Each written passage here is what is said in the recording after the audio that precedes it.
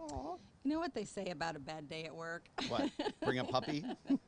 It's National Bring a Puppy to Work Day. Or bring a kitten to work day. We just made that up, but it works, right? I know. Oh, look, they made at this. friends. These two love each other. So I can't wait to see what our real estate show is going to be about I know. today, Delynn. 'cause- Lucky us, Yeah, I because know. look where we are. We're going to talk a little bit about homeownership and How precious. how to adopt your Oh pet my at your God. local shelter. So, And both of these pets are up for adoption. Although I don't know, after Oh. today they might not be. yeah, this one's mine. Yeah.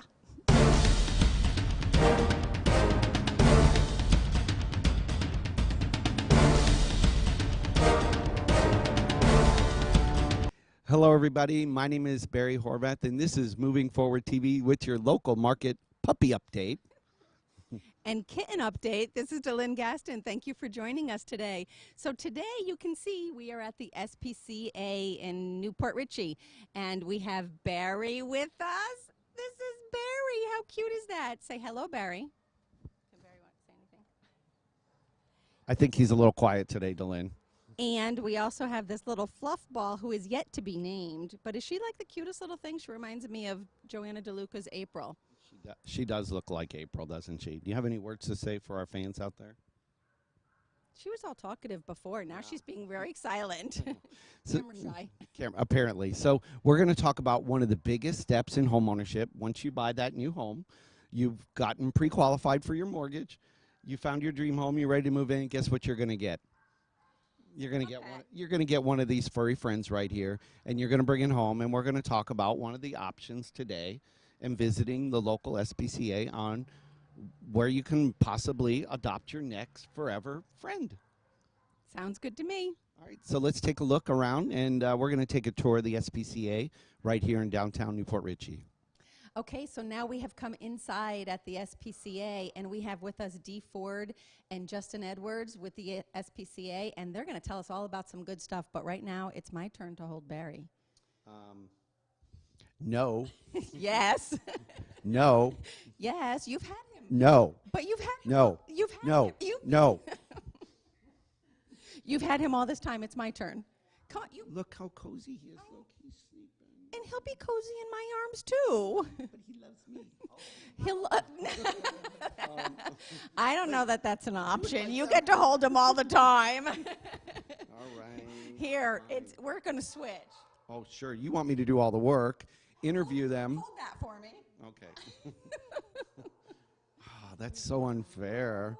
All right, I was really, really in love with Barry, and he is actually one of the pets we can adopt here in the local SPCA.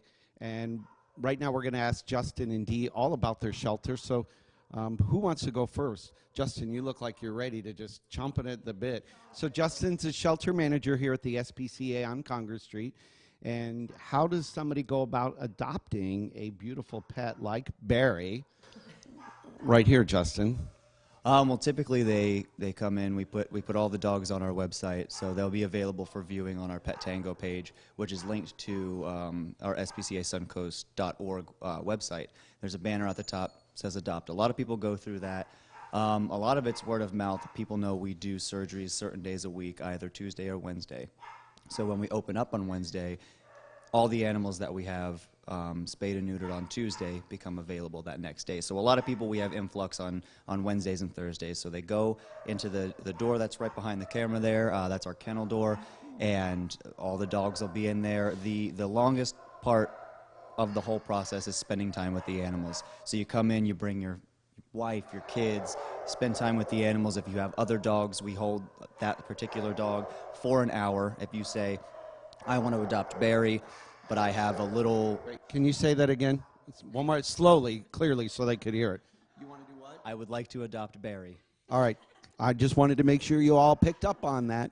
So he wants to adopt me. I need a new father. So typically, they would come in, spend time with the animal here. We hold them for an hour if they have a dog at home. Say they have a little poodle that doesn't get along with all other dogs, or they do, or they don't like cats, or, particularly like to eat fish or whatever.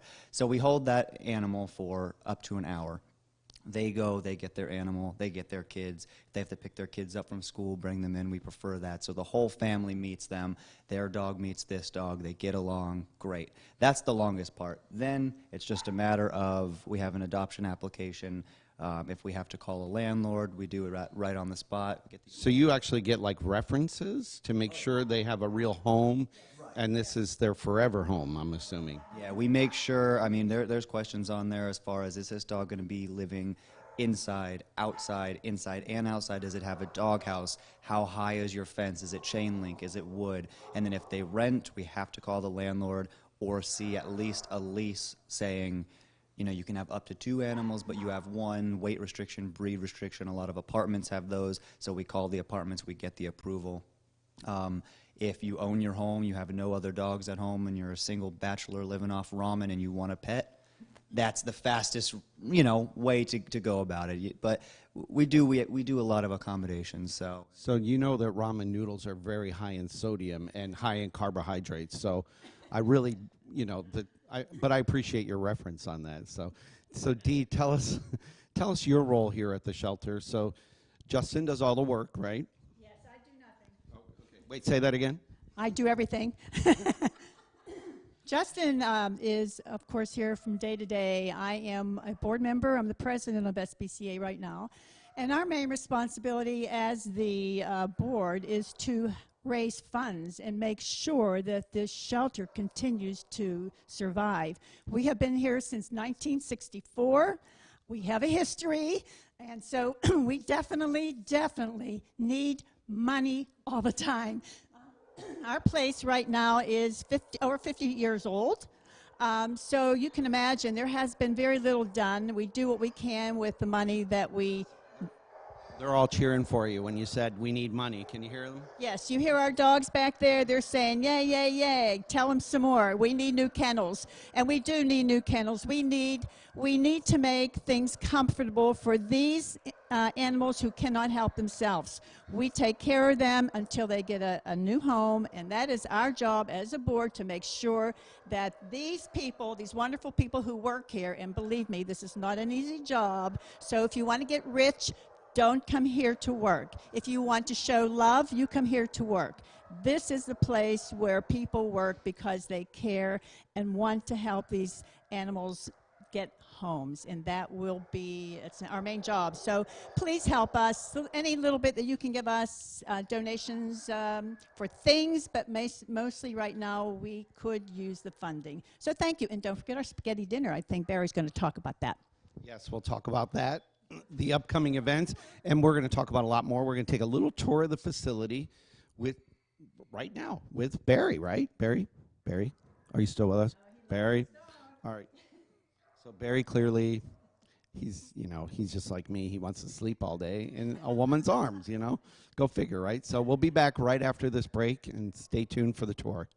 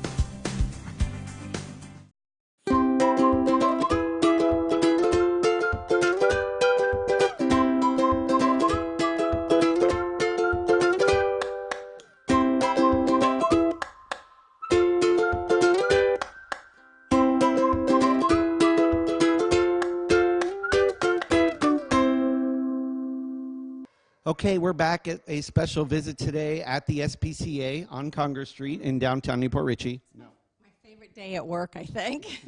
Yeah, so Delynn gets paid a lot of money to do this, and Dee, our volunteer, she's getting, I think she's on double time for this. But it's great. We're here to promote awareness of what options you may have to get a pet in your forever home, because you just bought that home and now you want a pet. And, you know, I'm sure Barry right here would never soil a carpet in any way, because, you know, that's part of pet ownership and you accept that. So that's why people are putting wood floors in. And I think it's wonderful what the SPCA does with what Justin was saying, you know, making sure that the pet fits with your, maybe an existing pet, cat or dog that you might have or something like that. That is wonderful, and with your family and with your children, so that they don't end up back here after, you know, so many months or something. And sadly that happens, right, Justin? Right. So we're looking for forever homes. You can adopt a pet like Barry.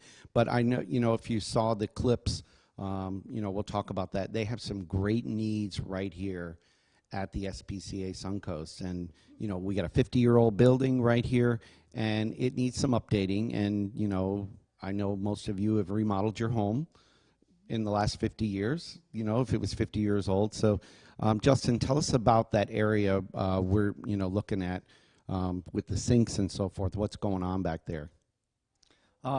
Basically, down in this building here in Quarantine, the layout's kind of funky. This is the main area here, and this is where they do, the sink is here. That's where they wash all the dishes and, you know, fill up water buckets and things like that. There's QA, QB, QC, QD, so there's 4 corridors off of here where we house the dogs. Some of them, QA is typically new arrivals or dogs that are on stray hold that we get in that are strays off the streets. We hold them for about a week, try to reach out to the owners. If they're microchipped, we hold them even longer. So they go in there. We, you know, God forbid if we ever get a sick dog or a contagious animal, they go in here. So this is a very high traffic area with healthy dogs that belong to other people, potential sick dogs that belong to other people, dogs that are injured or cats that are injured even, we put them down there as well. So this central area where the sink is very crucial to maintaining cleanliness. And this is the, we have a bathroom back here, sink doesn't work very well, you know, so a lot of the plumbing comes through this sink here where we do the washing and the bowl filling and things like that. So it's very important, and it's just, it works when it wants to. The dryer, or the washer I should say, is very close to the plumbing of the sink, and that pulls a lot of the water sometimes. And we have the bath. It's all so crammed in such a small area with terrible plumbing, and you can see how the boards here with the cabinets are just dry rotted and bug infested. So it's not a very, I mean, it needs to be torn out, to be completely honest. We have a local nonprofit right here in your hometown that is asking for your help and support, because, you know, they do so much right here in the community. They're always at the events. They're providing, you know, a safe haven for so many animals, and for many people, pets like, you know, the cats and dogs that you do here, that's their only joy in life for, you know, some of the seniors. You want to talk to Lynn? Here, let me give the mic to Dee. Here. And actually, I was going to turn the mic to Dee, because we were talking outside earlier. A lot of people think that you have funding. You have funding through the state or through the county or something like that. And I just found out for one that you don't. This is completely 100% sustained by donations, right? That is correct, and I do want to add also that we are not connected to the national organization, the American Society for Prevention of Cruelty to Animals. We are not connected. We get no money from them. And I have had neighbors who say they give so much money a month for us there. We don't see that money. That it does not come to us. Always give to your local SPCA, and that will be us. We get no funding. We get no funding from the city, county, state. We are self-sufficient. We are a 501c program who depends on people to donate. We depend on people to attend our fundraisers. We depend on the adoptions, obviously. So that is where we get our funding. We have had some wonderful people just recently. We had the Farrells fix up our outside. They designed and put down mulch, and then we had the Elfers Garden Club, and they did all the landscaping, beautifully landscaping. These are wonderful people in the community who do things for us. We're not saying we don't get help, but we do need funding because we need to improve. Just to add to the quarantine area that Justin spoke so well about, we have gates on the cages down there that are falling apart. They're being held together by wires because our dogs can almost get out of them now. We need all replacements down there. So it's a lot of money. It really is a lot of money to do anything in a dog kennel. So hey, help us. That's why we're here today, and let you know what we're doing. And we are one of the very few shelters around the area who accept all these dogs because this is their last chance, and we give it to them. So thank you in advance. Wow, just an amazing shelter right here, and I love the fact that that's kind of like all our mission in WPBA is supporting local, and they're local. They don't get any national funding or anything like that. And how many volunteers do you have? We have about 45 or 50, but a lot of them are high school kids. They can come during the week, so we can always use volunteers. It's just that we don't have a lot of people that can come every day of the week. It's not possible. They work sometimes. So if I quit my day job, Job gets in the way. we could come here. But, we're going to take a look at some more of the things here and talk about more on how you can adopt these pets. Like Barry, look at him. He's just like, wow. I love him. Apparently, yeah, he's just out. If you could see him, you would be like, wow. He's the cutest Barry I know. That's all I'm going to say. Aw, good answer, good answer. So we'll be back right after this.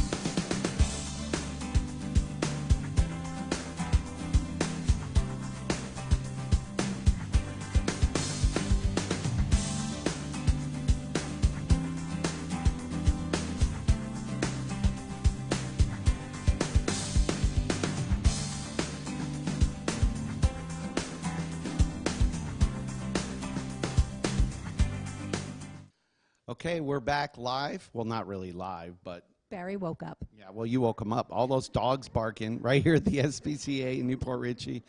And we're talking about the adoption process and how you can get involved, how you can support this local nonprofit. And they have some upcoming events. And, I wanted to ask Justin, though, about how do you find some of these pets? How many pets are in your shelter right now, dogs and cats? Do you take anything but dogs and cats? Right now, just dogs and cats. I'd like to expand, but again, it's a money issue. The facility we have set up, from 50 years ago for dogs and for cats. We recently added on a few years ago on the cat side, but we don't have the space for facilities. I thought about some cage banks in here, but we get so many dogs in so often, so there's just. Eventually, I would like to expand, but just dogs and cats. Right now, we have 42 dogs.